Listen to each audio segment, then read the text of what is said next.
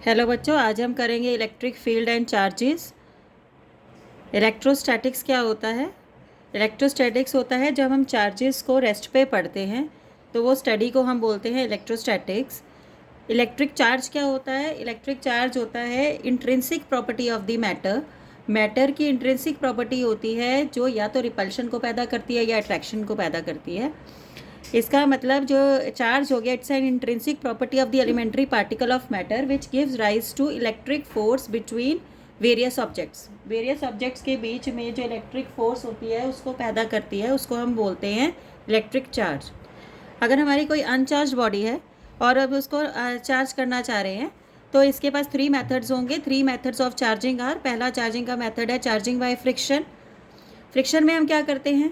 3 bodies को रब करते हैं, 2 बॉडीज़ को हम आपस में रब करते हैं तो एक के ऊपर पॉजिटिव चार्ज आता है और दूसरे के ऊपर नेगेटिव चार्ज आता है। अब क्वेश्चन ये है किसके ऊपर पॉजिटिव चार्ज आएगा और किसके ऊपर नेगेटिव चार्ज आएगा। जिसके न्यूक्लियस ने इलेक्ट्रॉन को कस के पकड़ा हुआ है, टाइटली पकड़ा है, वो अपना इलेक्ट्रॉन जो है वो छोड़ेगा नहीं, और जिसने लूज पकड़ा हुआ है वो अपना इलेक्ट्रॉन जो है वो जल्दी से छोड़ देगा। जो इलेक्ट्रॉन जल्दी से छोड़ देगा और उसके ऊपर चार्ज आ जाता है पॉजिटिव चार्ज, क्योंकि उसका वर्क फंक्शन लोअर है, उसने उसे कम एनर्जी से पकड़ के रखा है तो थोड़ी सी एनर्जी देंगे और वो अपना इलेक्ट्रॉन छोड़ देगा। और जो दूसरे वाला है जिसका हायर वर्क फंक्शन है, जिसने अपने इलेक्ट्रॉन को कस के पकड़ रखा है, वो इलेक्ट्रॉन जो है दूसरे वाले का इलेक्ट्रॉन ले लेगा तो उसके ऊपर आ जाएगा नेगेटिव चार्ज। तो जो इलेक्ट्रॉन देता है उसके ऊपर आता है पॉजिटिव चार्ज और जो इलेक्ट्रॉन ले लेता है उसके ऊपर आता है नेगेटिव चार्ज। तो पॉजिटिव आता किस पे है? जिसका लोअर वर्क फंक्शन होता है, और नेगेटिव किस पे आता है? जिस पे हायर वर्क फंक्शन होता है। तो जो इलेक्ट्रॉन ट्रांसफ़र होते हैं वो हमेशा लोअर वर्क फंक्शन से हायर वर्क फंक्शन की तरफ ट्रांसफ़र होते हैं। तो ये हो गया हमारा चार्जिंग बाय फ्रिक्शन। तो एक बॉडी के ऊपर आ गया पॉजिटिव चार्ज और दूसरे के ऊपर आ गया नेगेटिव चार्ज। अब आगे ये है कि क्या यहाँ पर फिजिकल कांटेक्ट रिक्वायर्ड होता है? बिल्कुल रिक्वायर होता है। जब हम एक दूसरे को बॉडी को रब करेंगे तो वो दोनों एक दूसरे के फिजिकल कांटेक्ट में आएंगे। ये ओबे करता है law of conservation of charge. जितना एक बॉडी देती है उतना दूसरी बॉडी ले लेती है, उतना ही चार्ज लेती है, तो इसे कहते हैं ये ओबे करता है law of conservation of charge. और एक बॉडी के और दूसरी बॉडी के ऊपर डिफरेंट चार्ज आएगा। अगर एक के ऊपर पॉजिटिव आ रहा है तो दूसरे के ऊपर नेगेटिव चार्ज आएगा। ये फिक्शन की क्या होती है? प्रॉपर्टी होती है। दूसरा मेथड ऑफ जो चार्जिंग होता है वो चार्जिंग बाय इंडक्शन होता है। हम एक पिथ बॉल लेंगे, पिथ बॉल के पास हम क्या लेके आएंगे? एक पॉजिटिव चार्ज रॉड लेके आएंगे।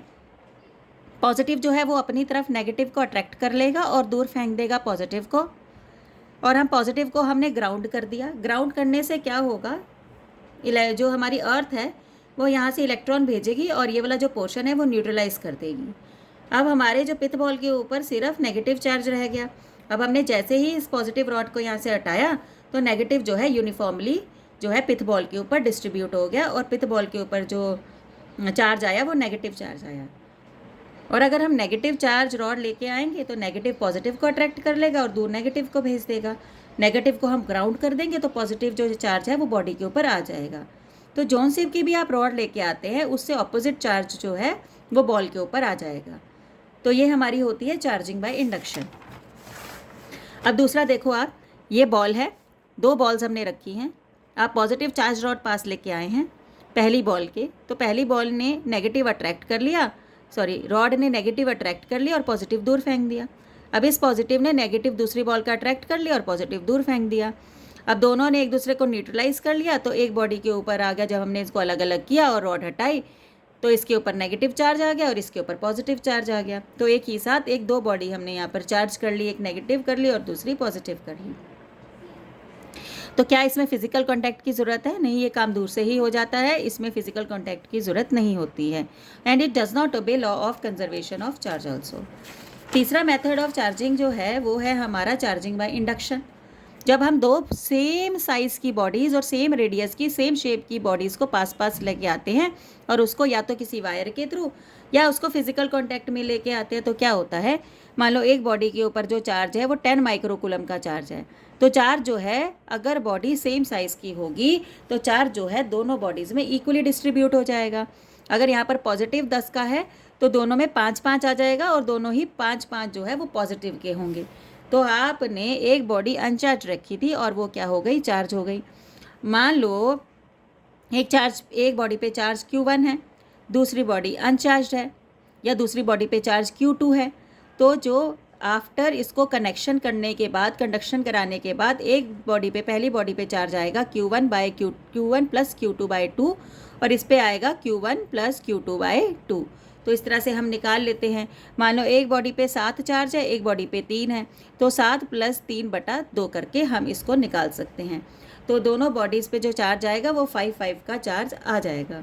तो इस तरह से हम क्या करते हैं, चार्जिंग बाय कंडक्शन करते हैं, और हमारी जो अनचार्ज बॉडी है वो उसी सेम चार्ज से चार्ज हो जाती है जिसका आपका जो पहले वाला बॉडी था। अगर इस पर पॉजिटिव था तो ये वाला भी पॉजिटिव होगा, अगर ये नेगेटिव है तो ये वाला भी क्या होगा, नेगेटिव होगा। तो इसे कहते हैं चार्जिंग बाय कंडक्शन। ये law of conservation of charge को फॉलो करती है। तो चार्ज की बेसिक प्रॉपर्टी क्या है, चार्ज को ऐड किया जा सकता है क्योंकि स्केलर क्वांटिटी है, और स्केलर क्वांटिटी को हम एज इट इज़ ऐड कर सकते हैं जैसे हम मैथमेटिक्स में ऐड करते हैं। तो जो टोटल चार्ज निकालना चाहते हैं तो हम सिर्फ एल्जेब्रिक सम करेंगे और हमारा टोटल चार्ज जो है वो निकल जाएगा। अब दूसरी जो प्रॉपर्टी है वो है आपकी क्वांटाइजेशन ऑफ इलेक्ट्रिक चार्ज। तो हम इसका एग्जांपल लेके चलते हैं। क्वांटाइजेशन, अगर हम दुकानदार से पेन मांगने जाते हैं तो हम मिनिमम क्वांटिटी ऑफ पेन जो है वो 1 मांगते हैं, ठीक है। हम कहेंगे दुकानदार से, ऐसे नहीं बोलेंगे हम आधा पेन दे दो, तो हम 1 पेन मांगते हैं। तो एक मिनिमम क्वांटिटी है पेन की जो हम दुकानदार से मांग सकते हैं, उससे कम नहीं मांग सकते। तो जब हम बॉडी को चार्ज करते हैं तब भी यही होता है, जब चार्ज करने के दौरान एक मिनिमम चार्ज है वो तो ट्रांसफ़र होगा ही होगा, और वो चार्ज कितना होता है, जितना एक इलेक्ट्रॉन के ऊपर चार्ज होता है। मान लो इस बॉडी ने इस बॉडी को चार्ज देना है, तो मिनिमम वो कितना चार्ज देगा, 1 इलेक्ट्रॉन जितना वो चार्ज दूसरी बॉडी पे ट्रांसफ़र कर सकता है। फिर अगर वो और ज़्यादा करना चाहता है तो वो 2 इलेक्ट्रॉन जितना या 3 इलेक्ट्रॉन जितना ट्रांसफ़र कर सकता है। ऐसा नहीं है हम इलेक्ट्रॉन को आधा तोड़ के एक बॉडी से दूसरी बॉडी में भेज सकते हैं। तो जो चार्ज ट्रांसफ़र होता है एक बॉडी से दूसरी बॉडी में, वो इंटीजर्स में ही ट्रांसफ़र होता है। तो total charge is equal to integral multiple of basic quantum of charge. मतलब कि इंटीग्रल मल्टीपल मतलब फ्रैक्शंस में नहीं जाएगा, सिर्फ इंटीजर्स में जाएगा एक बॉडी से दूसरी बॉडी में। और किसके मल्टीपल, कितना चार्ज, बेसिक चार्ज क्या है, E। तो Q इज इक्वल टू क्या हो गया, NE। अगर आप 1 इलेक्ट्रॉन भेजते हैं तो चार्ज होगा 1E, 2 भेजते हैं तो चार्ज जाएगा 2E। मतलब जितना इलेक्ट्रॉन पे चार्ज है, क्योंकि 1 इलेक्ट्रॉन जा रहा है ना, तो जितना इलेक्ट्रॉन पे चार्ज है कम से कम उतना तो जाएगा ही, क्योंकि इलेक्ट्रॉन एक बॉडी से दूसरी बॉडी में ट्रांसफ़र हो रहे हैं। अगर 2 इलेक्ट्रॉन ट्रांसफ़र होते हैं तो 2E चार्ज जा रहा है, 3 होते हैं तो 3E जा रहा है। इस E का क्या मतलब है, E की वैल्यू होती है 1.6 × 10⁻⁻19 कूलम। अगर N इलेक्ट्रॉन्स जा रहे हैं तो NE चार्ज जा रहा है एक बॉडी से दूसरी बॉडी में। तो इस तरह से हम ये जान सकते हैं कि अगर 4 इलेक्ट्रॉन जा रहे हैं तो एक बॉडी से दूसरी बॉडी में कितना चार्ज ट्रांसफ़र हो रहा है, 4 × 1.6 × 10⁻⁻19 coulomb.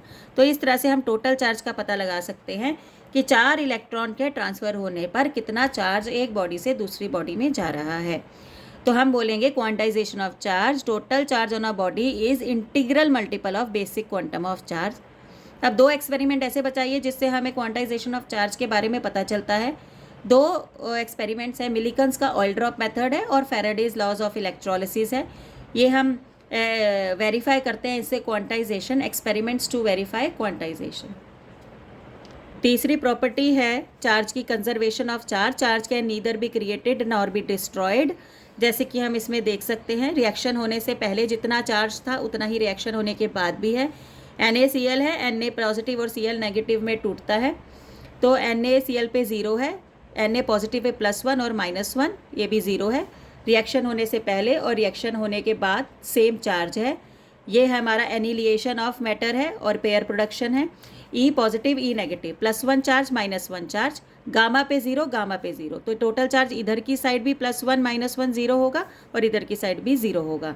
Gamma plus gamma is equal to E positive और E नेगेटिव, ये भी हमारा पेयर प्रोडक्शन कहते हैं। इसमें भी law of conservation of charge जो है वो हमारा वैलिड है। इधर भी चार्ज 0 और